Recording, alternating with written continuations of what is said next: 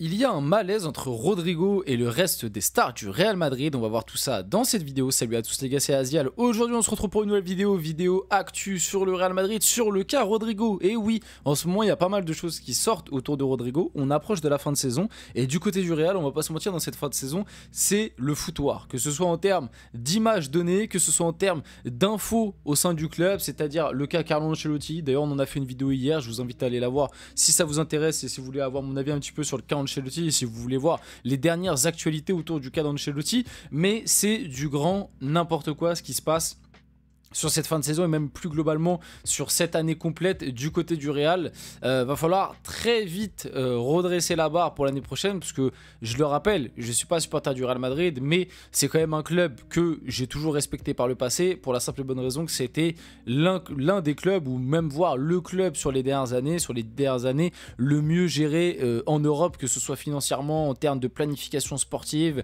au sein du club, en termes de communication.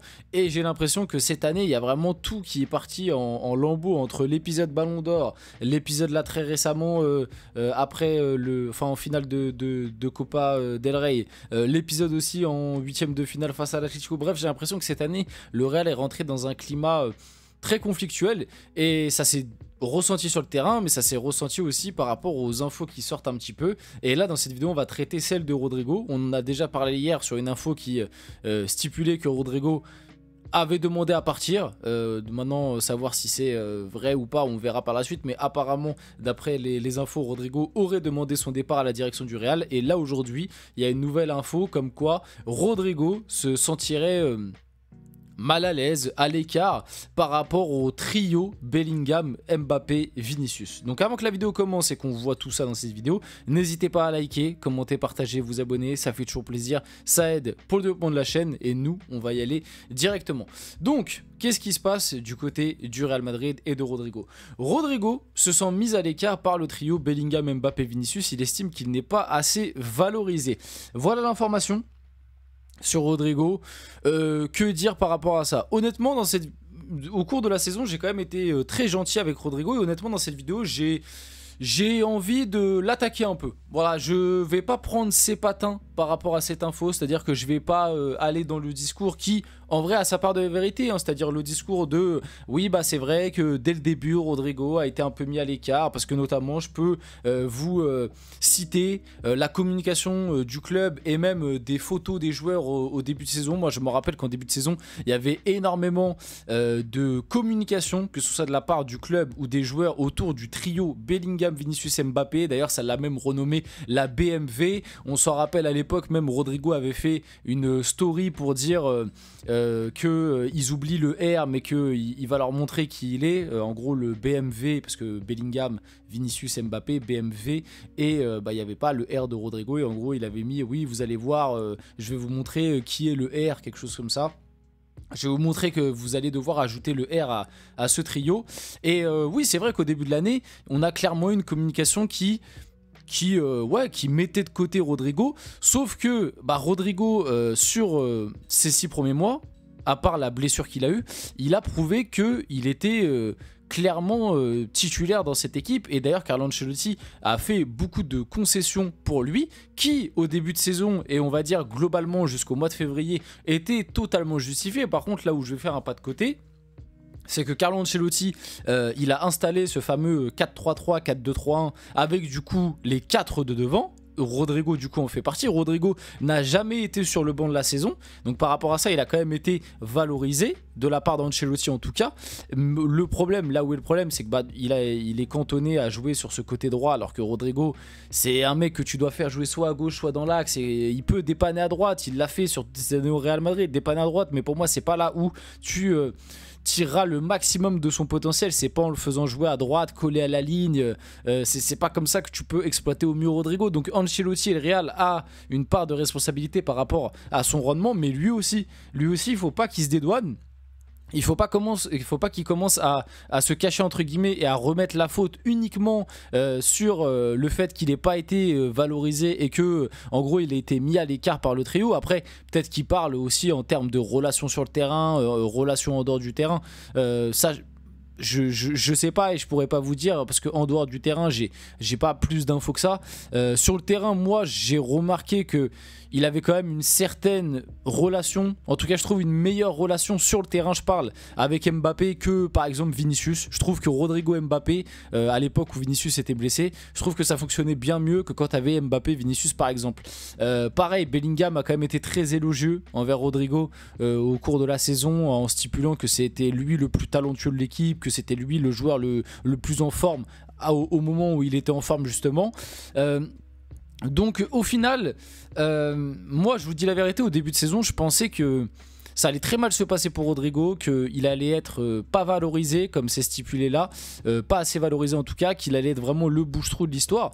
Et au final, quand tu arrives à la fin de la saison, et ben au final je trouve que Ancelotti lui a quand même montré du respect et a quand même compté sur lui, qu'à contrario, dans le sprint final, dans le moment important de la saison, c'est plus Rodrigo qui n'a pas rendu ce que Ancelotti lui avait donné. Après, encore une fois, je le répète, le truc que le Real n'a pas l'air de comprendre et qui pourtant est facile à comprendre, c'est que au bout d'un moment tu ne peux pas jouer avec une équipe qui joue avec 3 ailiers gauche devant, ce n'est pas possible. Les 3 de devant ont des profils trop similaires, ont des zones de jeu trop similaires. C'est pas pour rien qu'au début de l'année, quand Ancelotti avait pas réellement mis de cadre, parce que ça se voit qu'au début de l'année, parce que mine de rien, on dit que le Real Madrid n'a pas évolué au cours de la saison et c'est pas totalement vrai. Il y a une différence quand même entre le Real Madrid du début de saison et le Real Madrid du fin de saison. Le problème, c'est que le Real Madrid a évolué sans forcément s'améliorer. Elle est là la différence, c'est que tu as évolué mais tu es resté tout aussi nul.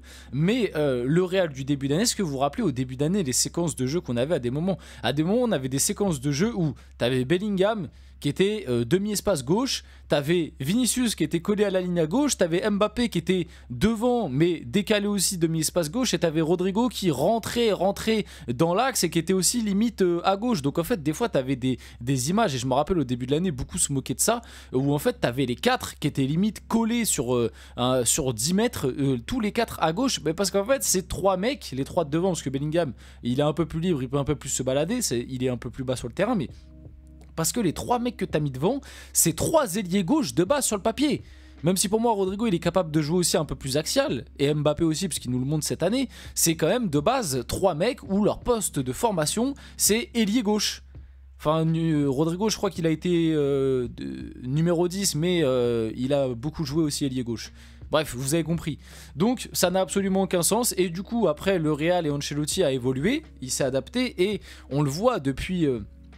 je dirais peut-être depuis le mois de novembre, un truc comme ça, on voit clairement que Rodrigo, Ancelotti lui demande de coller la ligne à droite, parce que Rodrigo depuis le mois de novembre-décembre, il est collé à sa ligne à droite, et il a même, t'as l'impression qu'il a plus le droit de rentrer à l'intérieur, de se déplacer, d'avoir un peu plus de liberté. Et puis aussi sans ballon, Rodrigo, ça c'est un truc où pareil tu peux lui mettre, et du coup ça explique aussi peut-être à des moments sa méforme, ou le fait qu'il state un peu moins que les deux autres, c'est que Rodrigo sans ballon il court pour les deux autres, on va pas se mentir. Sans ballon, le Real Madrid cette année a beaucoup évolué en 4-4-2, où en fait Rodrigo il descendait au milieu de terrain pour défendre, et il laissait les deux de devant ne pas défendre. Donc ça aussi c'est un gros problème qu'il va falloir régler du côté du Real, et qui pourrait expliquer pourquoi Rodrigo il se sent dévalorisé, enfin pas assez valorisé, mis à l'écart, etc. Maintenant, moi comme je l'ai dit dans ma vidéo d'hier, je serais à la place de Rodrigo, en tout cas je serais quelqu'un proche de lui. Enfin, si j'étais son conseiller, moi je lui conseillerais de partir. Je lui conseillerais de partir parce que pour moi, au Real, il peut rester et continuer à gagner des titres, mais pour moi, il n'exploitera jamais son plein potentiel, parce que pour moi, son plein potentiel, ce serait soit dans un rôle axial, soit à gauche.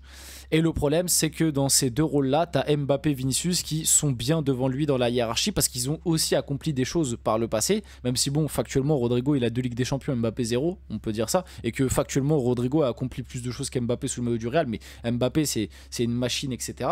Une machine médiatique, et puis même, encore une fois, on l'a vu cette année, statistiquement parlant, c'est un monstre, donc par rapport à ça, vas-y. Et là où Rodrigo a déçu un peu dans le sprint final, bon après, un peu comme les autres, mais voilà, lui surtout.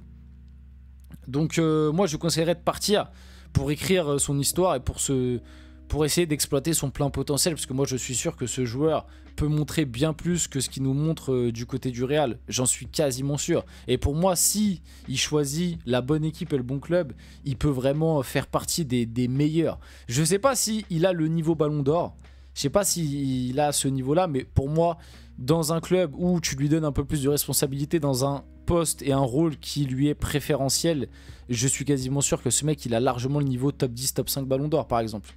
Mais c'est quasiment sûr. Et pour finir la vidéo, petite actu sur Lucas Vazquez et Luka Modric qui vont prolonger au Real Madrid pour 2 semaines. L'objectif est de leur garantir de jouer la Coupe du Monde des clubs. Rester la saison prochaine sera plus difficile, surtout pour le latéral droit, en raison de l'arrivée de Trent Alexander-Arnold. Voilà, les deux vont jouer la Coupe du Monde des clubs avec le Real Madrid. On finit la vidéo là-dessus. J'espère que cette vidéo vous a plu. Si c'est le cas, n'hésitez pas à liker, commenter, partager et vous abonner les gars. C'était Azial. On se retrouve très rapidement pour une prochaine vidéo.